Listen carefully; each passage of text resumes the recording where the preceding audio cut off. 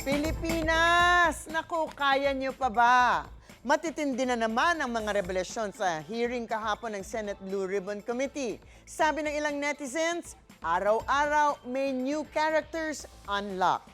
Isa na rito si dating DPWH Undersecretary Roberto Bernardo na nagbigay pa ng mga bagong pangalan na sangkot sa maanumalyang flood control projects.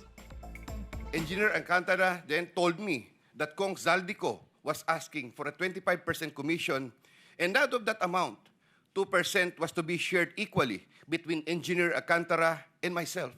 I delivered 20% of approximately 800 million or about 160 million to Maynard Ngu, which was meant for Senator Escudero. Engineer Alcantara collected the 25% commitment or about 125 million, which was turned over to me and then delivered to Senator Revilla in his house in Cavite. Engineer Alcantara collected 15% commitment or about 37. Humigit kumulang 3 bisis ako mismo ang nag-deliver ng basura sa bahay ni Congressman Saldico at sa mga bahay ni Speaker Romualdez sa Taguig.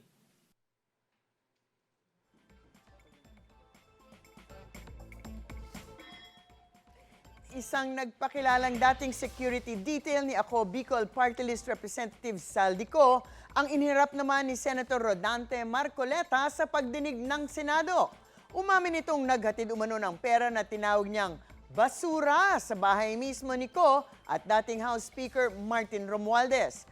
Male-maletang cash umano ang dala nila na ang laman ng bawat isa tumataginting na 48 million pesos.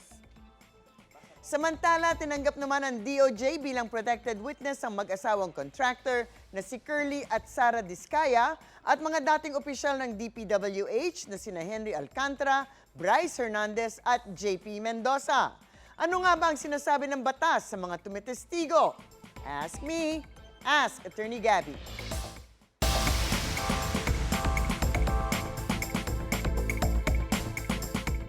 Attorney, ang dami ng kumanta, pero ang ilan sa kanila aminadong nakinabang din naman sa katiwalian.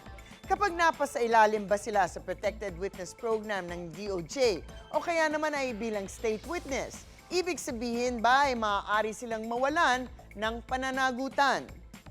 Well, nako, depende yan. Hindi lahat ng witness ay maaaring mag-qualify bilang state witness dahil sa ilalim ng ating batas, pag isang tao ay maging state witness, nako, matatanggal siya bilang isang akusado at kapalit ng kanyang testimonya, siya ay magiging immune from criminal prosecution para sa krimen kung saan gagamitin ang testimonya niya. Ang epekto ay parang isang acquittal. Mawawalan siya ng criminal liability, makakaiwas siya sa kulong kahit na napakabigat pa sana ng kulong na ito. At dahil nga napakalaki ng epekto pag naging state witness, napaka-stringent at strict na mga requirements para mag-qualify bilang state witness. Hindi lahat ay maaaring mag-benefit dito. At take note, hindi lamang ang Republic Act 6981 o ang batas ukol sa Witness Protection Program ang titingnan dyan, kundi na rin ang rules of court natin ang kailangan sundin para dito. Dahil kung iisipin ninyo, napakahirap naman kung lahat ay pwedeng umamin at magtestimonya, wala nang mapapakulong dahil sa katiwalian na ginawa nila. Kaya't ang ibang requirements para maging state witness ay nandyan. Unang-una, aside from the fact na dapat mabigat ang kaso, tulad nga ng plunder, dapat ay hindi ikaw ang most guilty para maging state witness. Hindi naman sinasabing ikaw ang least guilty, dapat lang ay hindi ikaw ang pinaka-mastermind, kumbaga. At dapat din ay talagang kailangan ng testimonya na ito at walang ibang magagamit na direct evidence ang prosecution.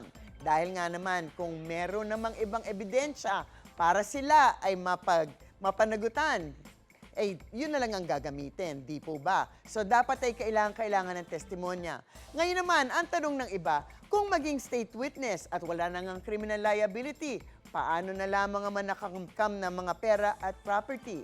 Well, ang pagiging state witness ay nagre-resulta nga sa pagkawala ng criminal liability. Ibig sabihin, ang kulong at posibleng fine na usually ay nalalagay sa judgment ng korte. Pero hindi naman nawawala ang lahat ng responsibilidad na related dyan. Nandyan pa rin ang civil liability o ang obligasyon na magbalik ng perang kinamkam. In the meantime, habang sinusuri pa nga ng DOJ kung maaari nga bang maging state witness ang mga nandyan ngayon na nandidinig natin sa Senado, tulad nga ni na Curly at Sara at yung mga engineer ng DPWH, maaari naman sila talagang mabigyan ng protection, lalo na ngayon na legislative inquiry pa lamang ang nangyayari. Nangangamba daw ang mga nagtetestimonya sa Senado ukol sa safety nila. Kahit hindi siguro sila maging state witness, actually in the end, ang pag-amin o ang pagkaroon ng plea of guilty ay posibleng maging dahilan para naman mabawasan ang kanilang criminal liability kung magkaroon man nga ng kaso sa korte.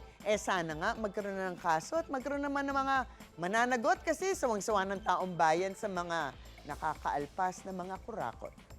Ang mga usaping batas, bibigyan po nating linaw. Alam niyo na po, para sa kapayapaan ng pag-iisip, huwag magdalawang isip.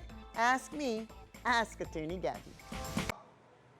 Ikaw, hindi ka pa nakasubscribe sa GMA Public Affairs YouTube channel? Bakit?